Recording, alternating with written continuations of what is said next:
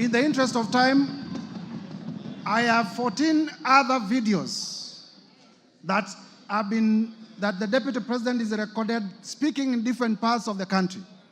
Same language, saying that Kenya is a company, and a company belongs to shareholders.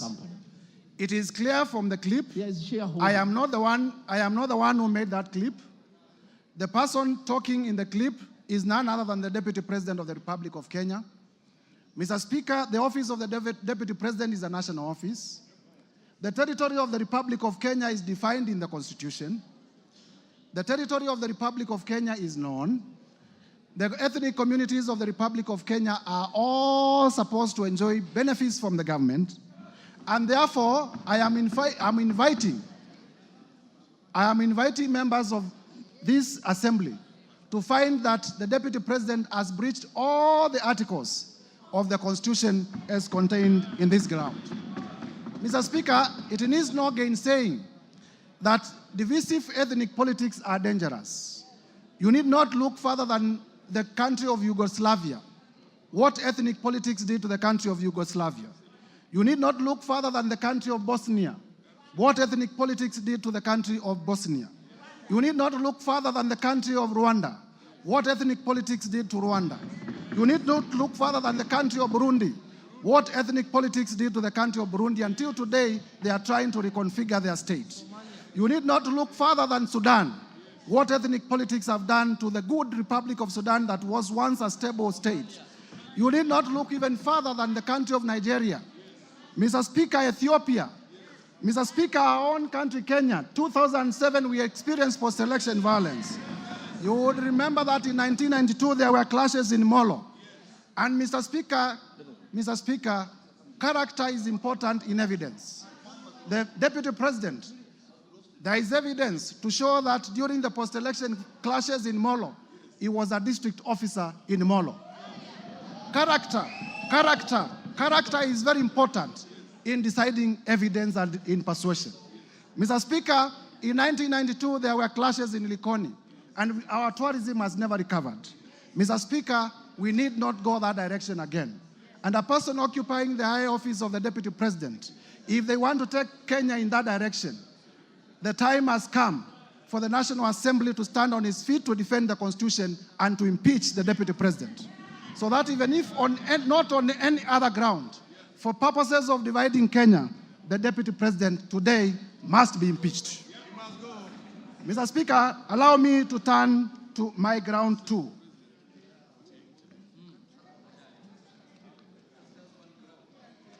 Mr. Speaker,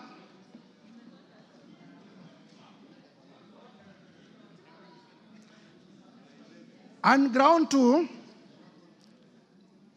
I am alleging that the Deputy President has violated Article 147(1) of the Constitution and has also violated Article 152(1) of the Constitution. Because all of us are not lawyers, please allow me, for purposes of clarity, to read those two articles for members to appreciate. Article 147 of the Constitution does state as follows. Functions of the Deputy President. The Deputy President shall be the principal assistant to the President and shall deputize for the President in the execution of the President's functions. Article 152(1) states as follows. Composition, the Cabinet consists of the following. 1, the President. 2, the Deputy President. The person I am pleading to the House today to impeach is a member of Cabinet. C, the Attorney General. And D, not fewer than 14 and not more than 21 Cabinet secretaries. Mr. Speaker, the importance of this is to show that the Deputy President is assigned to assist the President and is a member of the Cabinet. And what we are demonstrating, Mr. Speaker, because of time, is that the Cabinet has been making decisions. The Deputy President sitting in Cabinet, Cabinet memos come before Cabinet, they are discussed in Cabinet, and then the Deputy President moves out of cabinet to contradict those decisions. In proving this, I am relying on the affidavit of Mercy Wanjau. Mercy Wanjau is the secretary to the cabinet. And in our affidavit that is in my bundle of documents, at page 77 to 79, Mercy Wanjau does in oath state that the cabinet made a decision to rejuvenate Nairobi River. And when that decision was made, because the law requires that settlement be 30 meters away from a river, the Deputy President was sitting in cabinet. The Deputy President is actually the chair of cabinet subcommittees, and I believe he chaired the cabinet subcommittee that made this decision. However, for political expedience, immediately after the decision was made, the Deputy President moved out of cabinet and went to the public to oppose the decision. Mr. Speaker, that is inconsistent with the principle of collective responsibility. That is inconsistent with the requirement that once a decision is made, you need to live by that decision. During his televised interview yesterday, the Deputy President said that he's the most compassionate person. He cares so much about the poor. This afternoon, honorable members of Parliament, I want to ask the following question, and if I may be heard in silence. The Deputy President of the Republic of Kenya is on record as being the person who ordered demolitions in Mavoko constituency in Athi River. Yes, yes. Yesterday, he gave half-truths to Kenyans, saying he opposed this cabinet decision because it was unconstitutional, because he's very compassionate about Kenyans. Why didn't he also go ahead to say that he's also the one who led demolitions in Mavoko constituency? Are the people of Mavoko constituency lesser citizens of this republic? Or is it because in his own thinking, they are not shareholders of this republic? And therefore, I'll be pleading with honorable members to find that the Deputy President has breached the particular articles of the Constitution by being averse to the doctrine of collective responsibility and by contradicting the President and Cabinet decisions. Quickly to ground three. Mr. Speaker, ground three. Tangu mtupatie nafasi ya uongozi, sijapata nafasi ya kuja kusema asante. Nataka kutoka kwa roho yangu ndani, watu ya Kayole, asanteni sana. Mimi najua nimeona iko shida ya watu ambaye walibomolewa, si ndio?